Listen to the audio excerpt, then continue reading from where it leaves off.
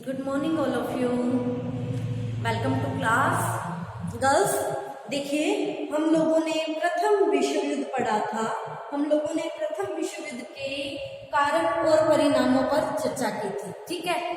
और आज हम एक नया टॉपिक शुरू कर रहे हैं और आज का हमारा टॉपिक है वर्साय की संधि या वर्साय संधि या वर्साय समझौता, ठीक है।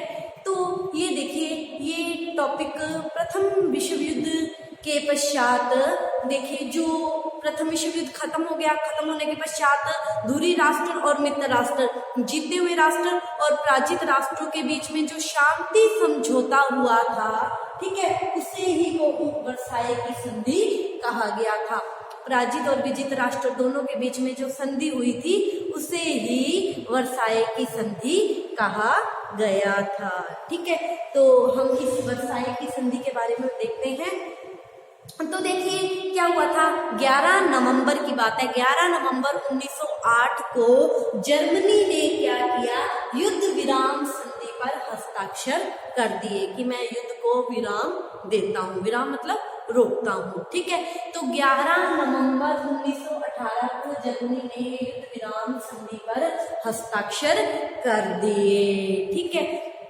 और इसी के साथ ही क्या हो गया, जैसे जर्मनी ने हस्ताक्षर किए, प्रथम विश्व युद्ध क्या हो गया, समाप्त हो गया, ठीक है। और जब प्रथम विश्व युद्ध समाप्त हो गया है ना, इसमें जीता कौन, मित्र राष्ट्र, ठीक है। तो अब विजित या मित्र राष्ट्रों ने युद्ध के पश्चात एक स्थायी समझौता करने के लिए एक संधि समझौता करना चाहा। और ये समझौता कहाँ हुआ, फ्रांस में जो वर्साय का महल था, यहाँ पर पेरिस में हम लोगों ने पढ़ा था। जब फ्रांस की क्रांति पड़ी थी तो मैंने आप लोगों को बताया था कि पेरिस में लुई 16वें ने महल बनवाया था, ठीक है। लुई 14वें ने बनवाया था, लुई 16वां वहीं रहता था। तो उसी फ्रांस में पेरिस में वर्साय के महल में ये संधि हुई थी, इसीलिए इसे वर्साय की संधि कहा गया है, ठीक है। तो पेरिस में एक शांति सम्मेलन विजित राष्ट्रों के द्वारा बुलाया गया और इसमें 32 राज्यों ने हिस्सा लिया था। और इसमें क्या था कि जीते हुए जो देश थे उन्होंने इस सम्मेलन में पराजित राष्ट्रों को नहीं बुलाया था, ठीक है। पराजित राष्ट्रों को आमंत्रित नहीं किया था, ठीक है। अब देखिए कि ये जो शांति समझौता हुआ था, ठीक है, इसमें क्या था, फ्रांस में हुआ था ये, ठीक है। तो फ्रांस के जो प्रधानमंत्री थे क्लीमेंशु, ठीक है, क्लीमेंशु के विरोध के कारण रूस को इस शांति सम्मेलन में नहीं बुलाया गया था। क्यों? क्योंकि हम लोगों ने बोल्शेविक क्रांति पढ़ी थी कि रूस में क्या हो गया था, 1917 में बोल्शेविक क्रांति हो गई थी, ठीक है। और उसमें जो साम्यवादी विचारधारा आई थी, उस साम्यवादी विचारधारा का प्रभाव पश्चिमी देशों पर भी पड़ रहा था और पश्चिमी देश क्या हो गए थे, रूस के विरोधी हो गए थे, ठीक है। तो इसी विरोध के कारण, फ्रांस के प्रधानमंत्री क्लीमेंशु के विरोध के कारण सोवियत रूस को इसमें आमंत्रित नहीं किया गया था, ठीक है। तो ये जो वर्साय का संधि समझौता हुआ था, इसका जो पहला सम्मेलन या पहला अधिवेशन हुआ था, इसका वर्साय की संधि का जो पहला अधिवेशन है वो 18 जून 1919 को इसी पेरिस में वर्साय के महल में हुआ था, ठीक है। और फ्रांस के प्रधानमंत्री क्लीमेंशु को इस सम्मेलन का अध्यक्ष बनाया गया था, ठीक है। अब सबने ये सोचा इस सम्मेलन में जो भी कार्य किया जाएगा या इस सम्मेलन में जो भी निर्णय लिए जाएंगे, जो रूपरेखा होगी, उसको सुचारू रूप से चलाने के लिए 10 व्यक्तियों की एक शांति परिषद गठित की गई, ठीक है। लेकिन कुछ दिनों बाद ये निर्णय लिया गया कि इस संधि से संबंधित जितने भी कार्य होंगे वो 4 व्यक्ति देखेंगे, ठीक है। तो ये 4 व्यक्तियों पर इस संधि का कार्यभार आ गया, ठीक है। और देखिए ये 4 व्यक्ति कौन थे?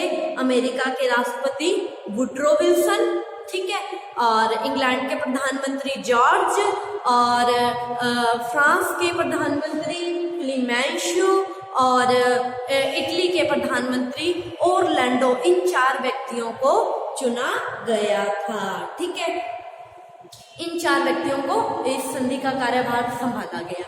लेकिन थोड़े दिनों बाद क्या हो गया?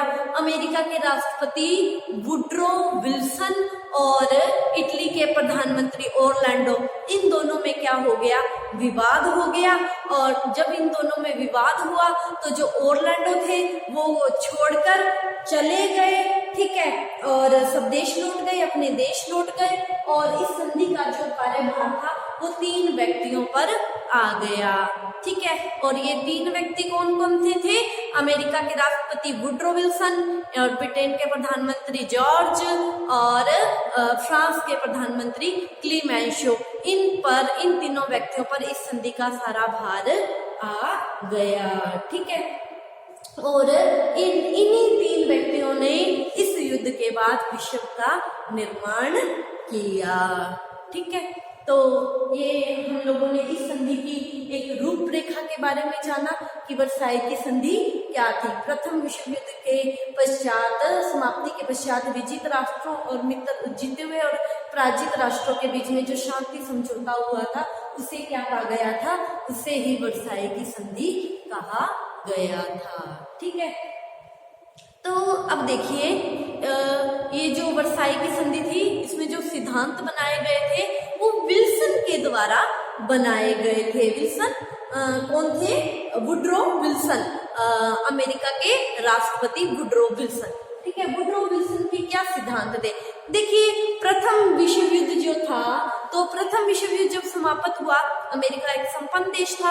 क्यों? क्योंकि अमेरिका इस युद्ध में बहुत अंत में शामिल हुआ था और सभी देश क्या हो गए थे? इसके कर्जाई हो गए थे। हम लोगों ने पढ़ा था ना, अमेरिका के प्रभाव में क्या हो गई थी? वृद्धि हो गई थी, ठीक है। तब अमेरिका एक क्या बन गया था? सर्वाधिक संपन्न देश बन गया था। अतः ये जो शांति समझौता हुआ था, इस समझौते में अमेरिका के राष्ट्रपति वुड्रो विल्सन का महत्वपूर्ण स्थान था। अतः वुड्रो विल्सन का जब महत्व बढ़ गया तो अमेरिका के राष्ट्रपति वुड्रो विल्सन ने युद्ध के बाद शांति व्यवस्था को स्थापित करने के लिए कुछ सिद्धांत दिए थे, ठीक है। तो ये सिद्धांत कौन कौन से थे? इन सिद्धांतों के बारे में बात करते हैं। तो देखिए वुड्रो विल्सन के सिद्धांत कई बार छोटा क्वेश्चन में पूछ लिया जाता है। तो जो वुड्रो विल्सन दिए गए सिद्धांत थे, उन सिद्धांतों में इन्होंने पहला सिद्धांत दिया था कि खुले ढंग से खुली शांति की जाए, मतलब सबको बिठा के खुले रूप से बात की जाए, ठीक है। और गुप्त कूटनीतिक वार्ताओं के आधार पर शांति समझौता न किया जाए। गुप्त कूटनीतिक वार्ताएं मतलब चोरी चोरी वार्ता आपस में संधियां ना कर ली जाए। क्यों? क्योंकि आपस में जो छोटी छोटी संधियां हुई थी इसी को लेकर तो प्रथम विश्व युद्ध हुआ था। बिस्मार्क ने फ्रांस को अलग करने के लिए एक तरफ तो ऑस्ट्रिया और इटली के साथ संधि कर ली थी, दूसरी ओर इनसे छुपा के रूस से संधि कर ली थी। बोले ये जो कूटनीतिक छुपा छुपा के संधियां की गई थी जिसकी वजह से प्रथम विश्व युद्ध हुआ था, अब ऐसा कोई कार्य ना किया जाए, खुली शांति की बात की जाए, ठीक है।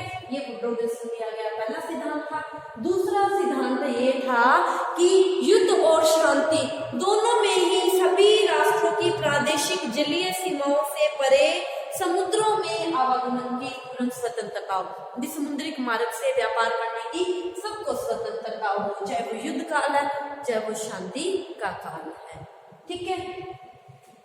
देखिए आगे उन्होंने जो तीसरा सिद्धांत दिया था वो था आर्थिक प्रतिबंधों को हटाना।